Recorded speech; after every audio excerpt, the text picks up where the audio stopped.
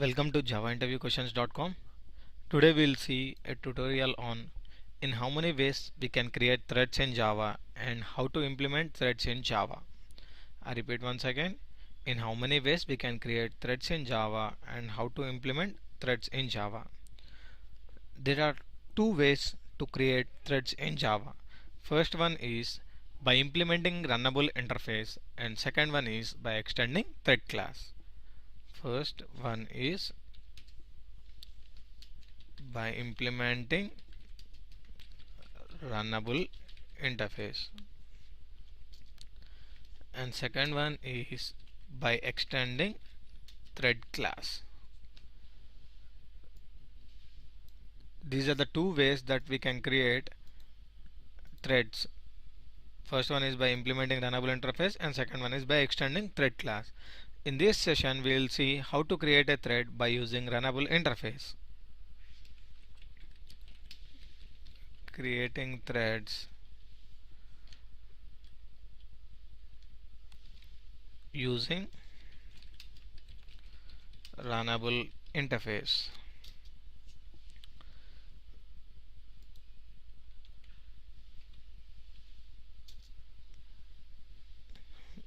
So whenever we are creating a thread by implementing the runnable interface, we need to override or we need to implement, sorry, not override, we need to implement run method.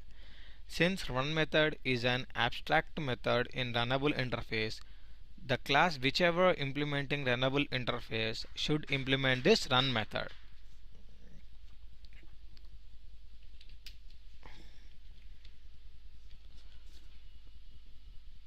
To create a thread by implementing runnable interface, we need to implement run method in our class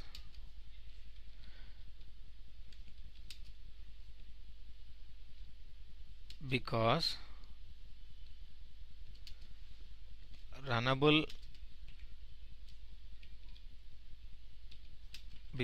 run method is an abstract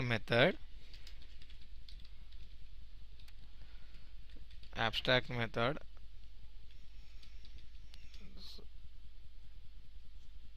so to create a thread by implementing runnable interface we need to implement run method in our class because run method is an abstract method.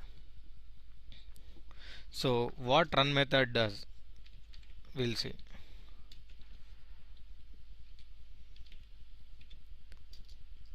Run method is the starting point of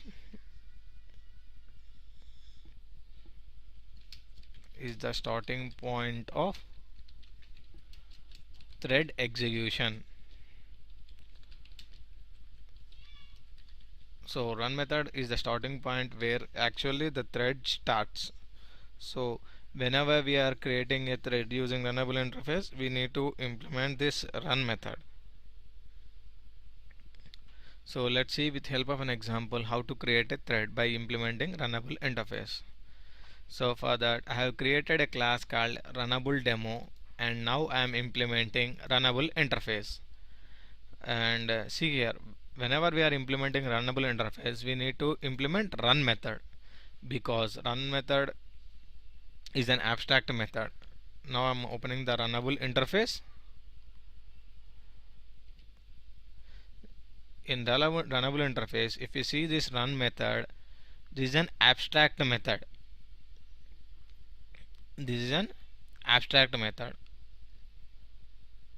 If you see in this, to create a thread, starting the thread causes the object's run method to be called in that separately executing thread. So what I am doing now is I am implementing the run method.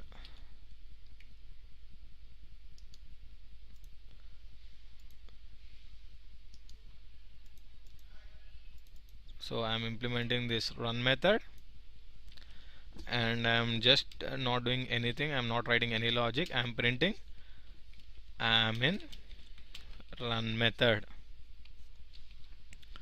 Now I'm writing a main method. So first I'm creating the instance of runnable demo. Runnable demo runnable demo equals to new runnable demo. Now what I am doing is I am creating a t thread t and I am passing this runnable. If you see the second constructor, it allocates a new thread object. Which one? This one. This thread constructor will allocate a new thread object. It accepts what?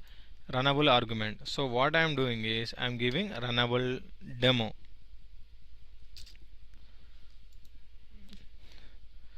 And one important point to be noted here is creates new thread but execution is not started. Whenever we are creating a thread, it doesn't mean that thread automatically starts when we create a thread. What we need to do to start a thread is we need to call start method on the thread.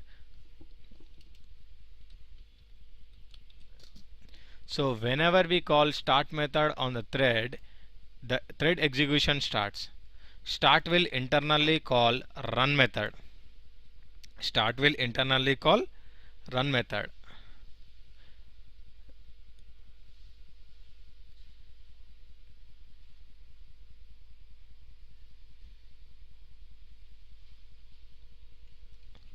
So what I am doing is now I am just writing the comment start internally calls run method.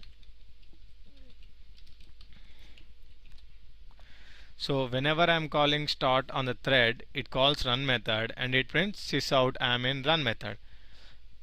Now I am running this program to see the output. See, if you see the output, I am getting as I am in run method. So start will call run method. So to start a thread, we need to call t.start. This is how we create a thread by implementing runnable interface. Hope you understand this video. Thanks for watching this video. If you like my video, subscribe to my